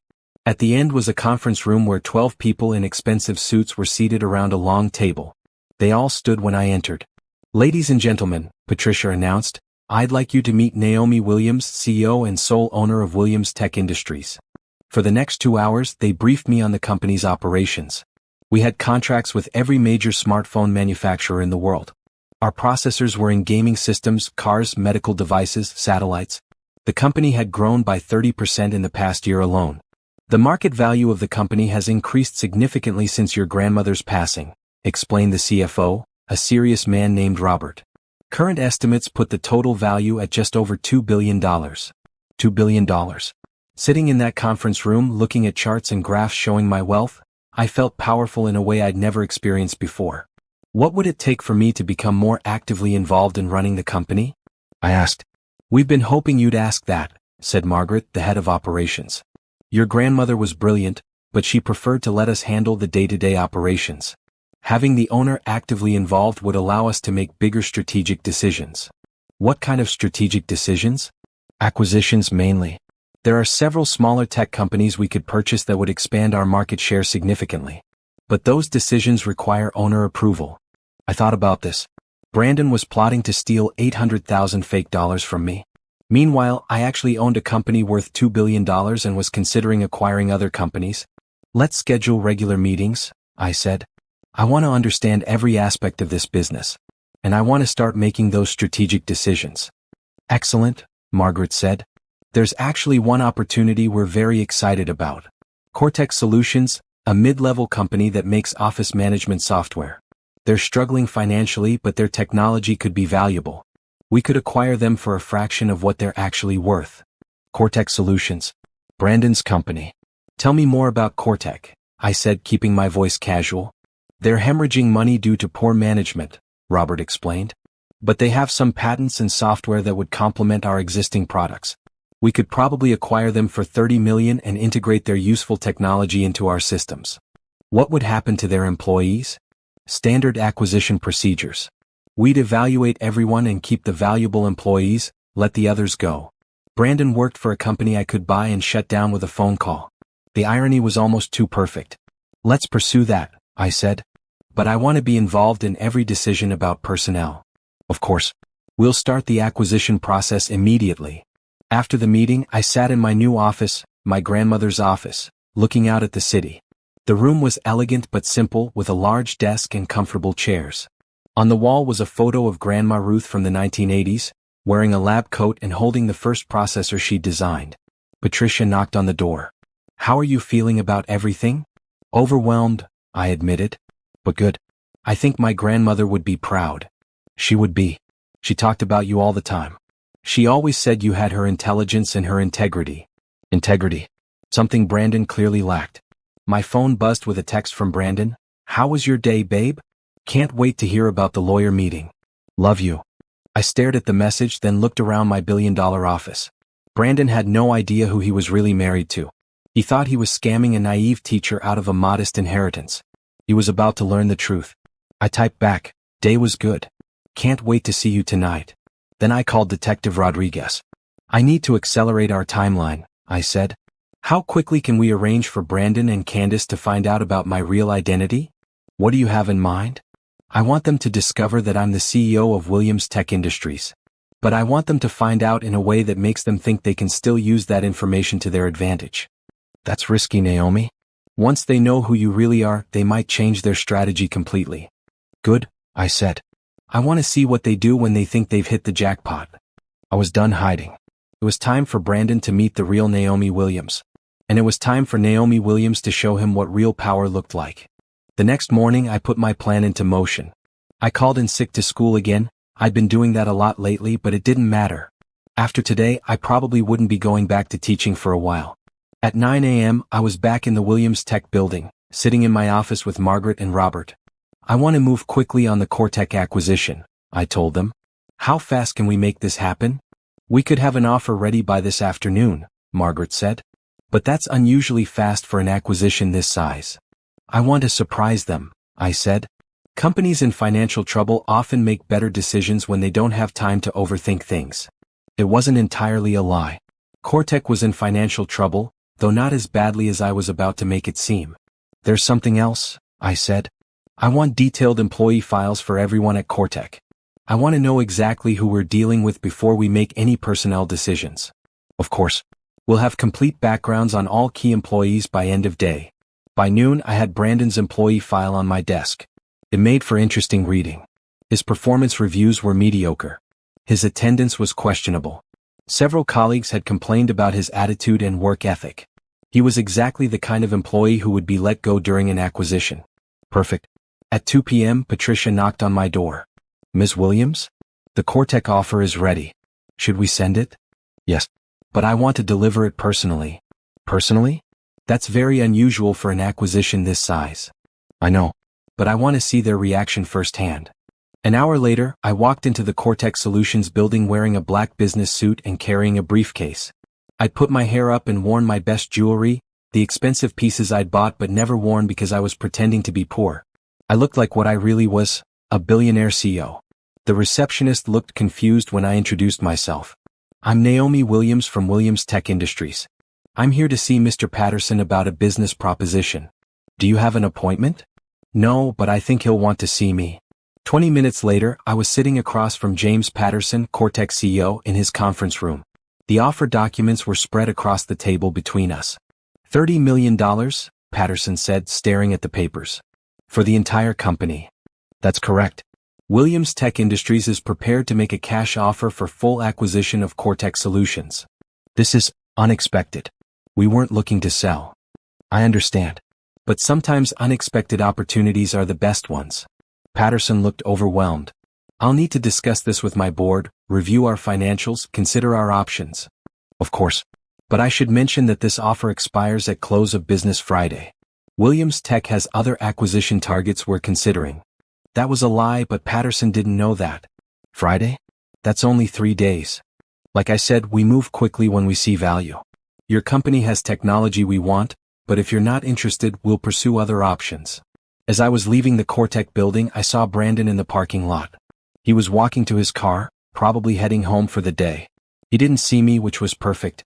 I waited until he drove away, then went back inside. Excuse me, I said to the receptionist. I was just meeting with Mr. Patterson, and I think I may have met one of your employees earlier. Brandon Carter? I wanted to make sure I had his information correct for our employee evaluation process. Oh, Brandon, the receptionist said. Yes, he works here. He's in our customer service department. Is he available? I'd like to speak with him briefly. He just left for the day. But I can give you his direct number if you'd like to call him tomorrow. That won't be necessary. I'll catch up with him later. I drove home with a smile on my face. Brandon had no idea that his wife had just made an offer to buy his company. By Friday, I would own Cortec Solutions. And Brandon Carter, mediocre employee, would be out of a job. When I got home, Brandon was already there, sitting at the kitchen table with his laptop open. Hey babe, he said, looking up at me. How was your day? Good. Just running errands. How was work? Weird, actually. Some big tech company made an offer to buy us. I tried to look surprised. Really? That's exciting. I guess. Patterson seemed pretty freaked out about it. Apparently they want an answer by Friday. Do you think it's a good thing or a bad thing? Brandon shrugged. Could go either way. If they keep most of the staff, it might mean better pay and benefits. If they don't. He didn't finish the sentence. I'm sure you'll be fine, I said. You're good at your job. That night, Brandon was restless. He kept checking his phone and seemed distracted during dinner. Everything okay? I asked. Yeah, just thinking about this acquisition thing. It's got everyone at work nervous. His phone buzzed with a text. I couldn't see who it was from, but I could guess. I need to make a quick call, Brandon said, stepping onto the balcony. Through the glass door, I could see him talking animatedly. He looked worried. Good. When he came back inside, he seemed more stressed.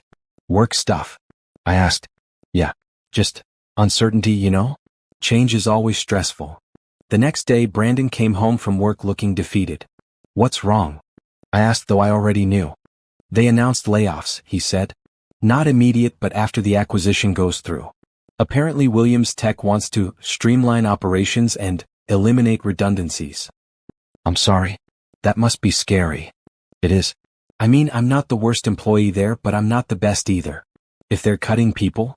He ran his hands through his hair. "Maybe this inheritance money is coming at the perfect time. The fake inheritance money. He was counting on stealing from me to cushion the blow of losing his job." "We'll figure it out," I said. "Whatever happens, we'll get through it together." Brandon pulled me into a hug. "I love you, Naomi. I know I don't say it enough, but you're the best thing in my life." Standing there in his arms, feeling him hold me tight while he planned to betray me, I felt the last piece of my heart break. He wasn't just stealing my money. He wasn't just cheating on me with another woman. He was lying to my face while pretending to love me, using my support and comfort while planning to destroy my life. That night, while Brandon slept, I made the final arrangements for his downfall. By Friday, Cortex Solutions would belong to me. Brandon would be unemployed. And the fake inheritance money he was counting on would disappear, leaving him with nothing but his own choices. The walls were closing in around him, and he had no idea that his loving wife was the one building them. Friday arrived like a storm I'd been watching build on the horizon. I woke up early before Brandon and got dressed in my best suit. Today was the day I stopped hiding who I really was. Brandon was already stressed when he came to breakfast. Cortex employees had been called to a mandatory meeting at 10 a.m. to discuss the acquisition. "I think today's the day we find out if I still have a job," he said, barely touching his coffee. "It'll be okay," I said. "And even if something happens, we have the inheritance money coming soon." That fake inheritance money. Detective Rodriguez had called yesterday to say the legal complications would delay the funds for several more weeks. Brandon didn't know that yet. "Right," Brandon said. "At least we have that security." After he left for work, I drove to Williams Tech and prepared for the most important meeting of my life. At 9:30 a.m., I walked into the Cortex Solutions building as Naomi Williams, CEO of Williams Tech Industries. This time I wasn't hiding. The entire Williams Tech acquisition team was with me, along with Patricia carrying folders full of personnel decisions. James Patterson met us in the lobby. "Ms. Williams, thank you for coming personally to finalize this. I always like to be hands-on with important acquisitions," I said. We went to the large conference room where Cortex's entire staff was assembled. About 50 people sat around tables looking nervous and uncertain. In the back corner I spotted Brandon. He was talking quietly with Candace, who apparently also worked here. I hadn't known that. Perfect. They were both here for what came next. Patterson called for attention. "Everyone, I'd like you to meet Naomi Williams, CEO of Williams Tech Industries. Her company has acquired Cortex Solutions, and she's here to discuss the transition." A murmur went through the room. Brandon was staring at me with a confused expression, like he couldn't quite process what he was seeing. I stepped forward to address the room. "Thank you all for being here.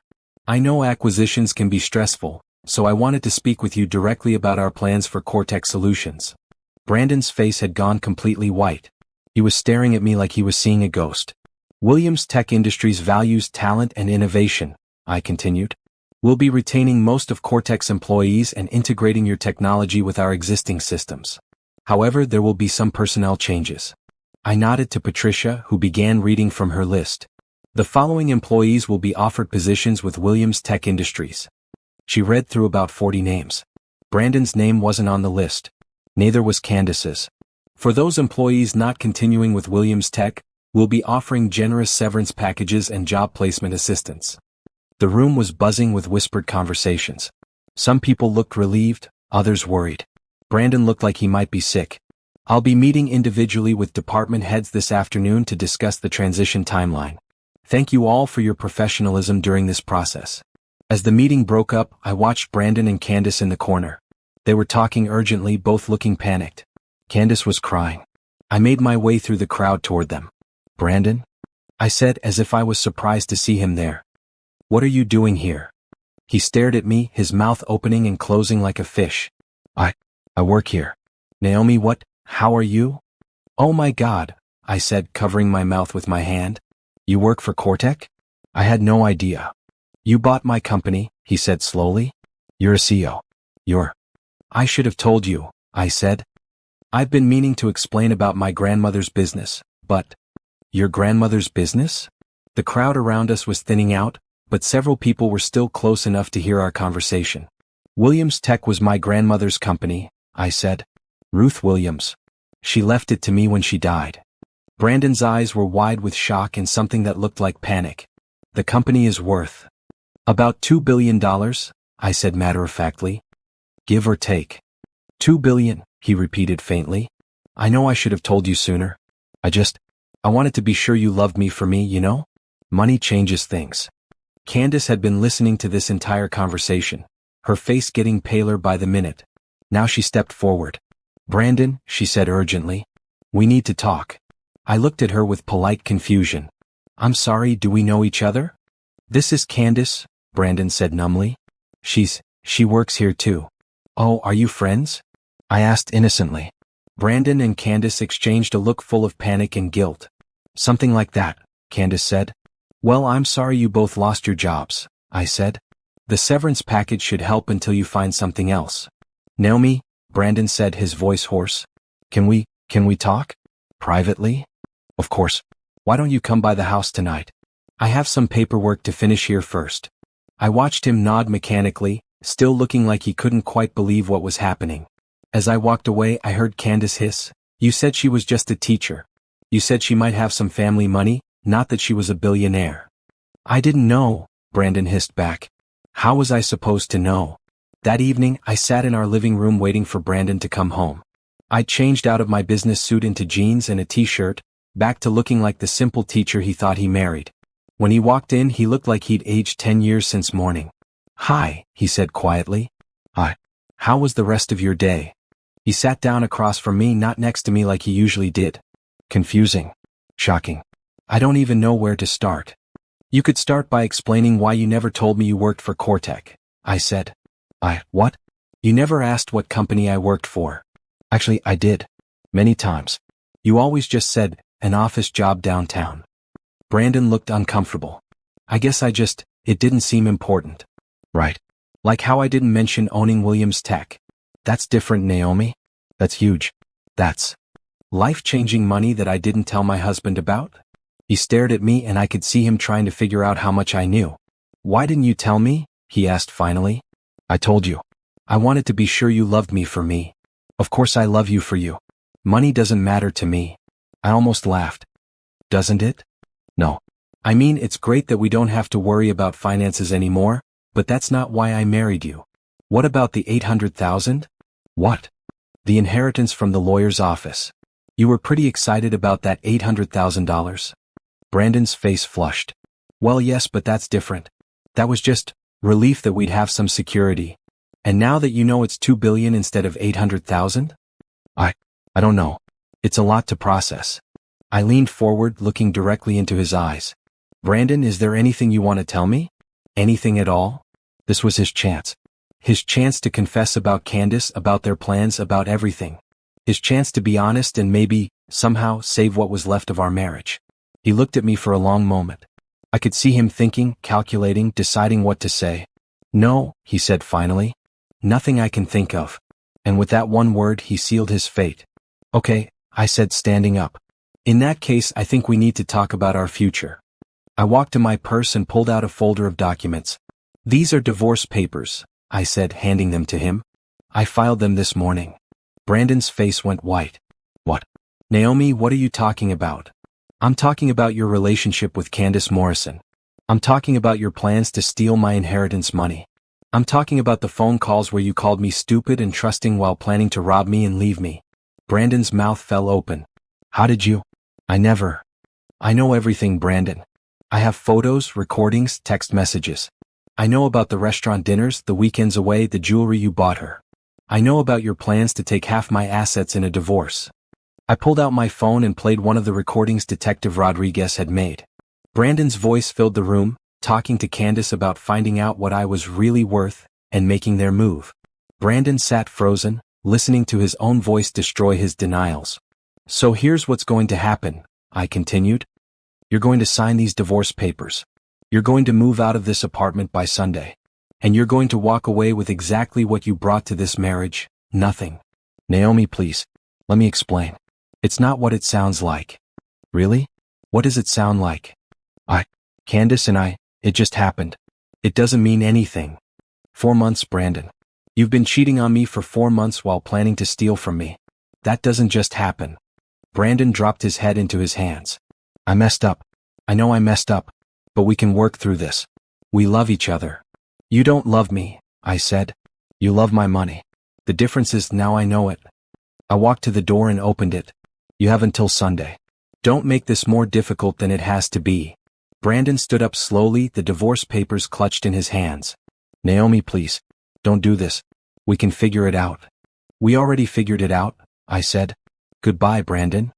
After he left, I sat in the quiet apartment and felt something I hadn't expected. Relief. For the first time in months, I felt like I could breathe freely. The pretending was over. The lies were exposed. The man who had been planning to destroy my life was gone. I was finally free to be who I really was. And who I really was turned out to be someone much stronger than Brandon had ever imagined. 6 months later, I stood in my corner office on the 40th floor of Williams Tech Industries, looking out at the city skyline. The view never got old. Every morning, I came to work knowing I was building something important, leading a company that employed thousands of people and created technology that changed lives. The divorce had been finalized 3 months ago. Brandon had tried to contest it at first, claiming he deserved half of my assets as my spouse. But the evidence Detective Rodriguez had gathered made his case impossible. The recordings, photos, and documented plans to defraud me convinced even his lawyer to advise him to take the settlement I offered, which was nothing. Brandon had left the marriage with exactly what he'd brought to it, his personal belongings and his debts. He'd also left with a criminal record, since Detective Rodriguez had turned over evidence of his financial fraud to the district attorney. Apparently, taking money from joint accounts under false pretenses while planning to abandon your spouse constituted theft. Candace had disappeared shortly after the acquisition was finalized. I heard through office gossip that she'd moved to another state, probably to get away from the embarrassment of having her affair exposed so publicly. As for me, I'd discovered that I loved being a CEO. The company had grown by 40% under my leadership. We'd successfully acquired Cortex Solutions and 3 other smaller companies, expanding our market reach and technological capabilities. Forbes had named me one of their 30 under 30 entrepreneurs to watch, and Harvard Business School had invited me to speak about innovative leadership strategies. I'd also discovered that I didn't miss teaching as much as I'd expected. Instead, I'd started a foundation that provided technology education to underprivileged schools. It turned out I could help more kids as a billionaire CEO than I ever could as a single teacher. Ms. Williams? Patricia knocked on my office door. Your 2 o'clock appointment is here. Thank you. Send him in. The door opened and a tall man with kind eyes and an easy smile walked in. Naomi Williams? That's me. You must be Dr. Trevor Jackson. Trevor was a computer science professor at the local university who'd been developing educational software for children with learning disabilities. His foundation had applied for a grant from my education initiative, but when I'd read his proposal, I decided to meet with him personally. Thank you for seeing me, Trevor said as we sat down in the comfortable chairs by the window. I have to admit I'm a little starstruck. I've been following Williams Tech's innovations for years. Please call me Naomi. And thank you, but I'm more interested in hearing about your work. This software you've developed sounds revolutionary. For the next hour, we talked about technology, education, and the challenges facing children with learning differences. Trevor was passionate and intelligent with ideas that could genuinely change how kids learned. More importantly, he seemed completely unaware of my personal wealth. He was focused entirely on the potential partnership between our organizations. I should warn you, Trevor said at one point, I'm pretty persistent when I believe in something. If you fund this project, you're going to get a lot of progress reports and requests for meetings. I smiled. I like persistent. And I like people who believe in their work. As the meeting was ending, Trevor paused at the door. Can I ask you something? It's probably inappropriate, but I'm curious. Go ahead. How do you do it? Run a company this size, manage all these projects, and still seem so normal. I laughed. Normal? I'm not sure anyone would call me normal. You know what I mean. You're not what I expected a billionaire CEO to be like. What did you expect? I don't know. More intimidating, maybe. More distant. Maybe I'm just good at hiding the intimidating part, I said with a smile. Trevor smiled back. Somehow I doubt that. After he left, I found myself thinking about our conversation. It had been a long time since I'd talked to someone who saw me as just Naomi, not as the CEO or the billionaire or the woman who'd divorced her cheating husband so publicly. My phone buzzed with a text from Detective Rodriguez. Saw the Forbes article. Congratulations. Coffee soon? I smiled and typed back, definitely. I owe you dinner for everything you did. Just doing my job. But I'll take the dinner. Detective Rodriguez had become a genuine friend over the past few months. She'd helped me navigate not just the divorce, but the transition to my new public life. Having an ally who'd seen me at my lowest point and watched me rebuild had been invaluable. That evening, I drove to my penthouse condo, the same one I'd bought during the darkest days of discovering Brandon's betrayal. It had become my sanctuary, a place that was entirely mine with no memories of fake love or broken trust. I decorated it simply but elegantly, with art I actually liked and furniture that made me happy. The kitchen was stocked with ingredients for meals I actually wanted to eat, not just whatever was cheapest. The closet was full of clothes that fit my real life, not the modest teacher persona I'd been hiding behind. As I stood on the balcony looking out at the city lights, I thought about how much my life had changed. A year ago, I'd been living a lie, married to a man who was planning to betray me, hiding my true self from the world. Now I was exactly who I was meant to be. I was building a business empire, helping children get better educations, and living honestly for the first time in years. My phone rang. It was Trevor. I hope I'm not calling too late, he said. I just wanted to thank you again for the meeting today. Not too late at all. What's on your mind? Actually, I was wondering if you'd like to have dinner sometime. Not business, just dinner.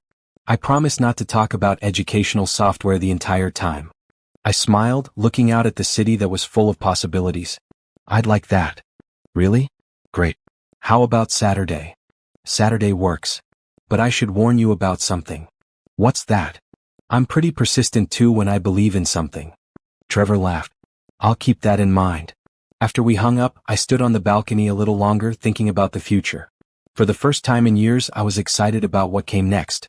Not because of money or revenge or proving anyone wrong, but because I was finally free to be myself.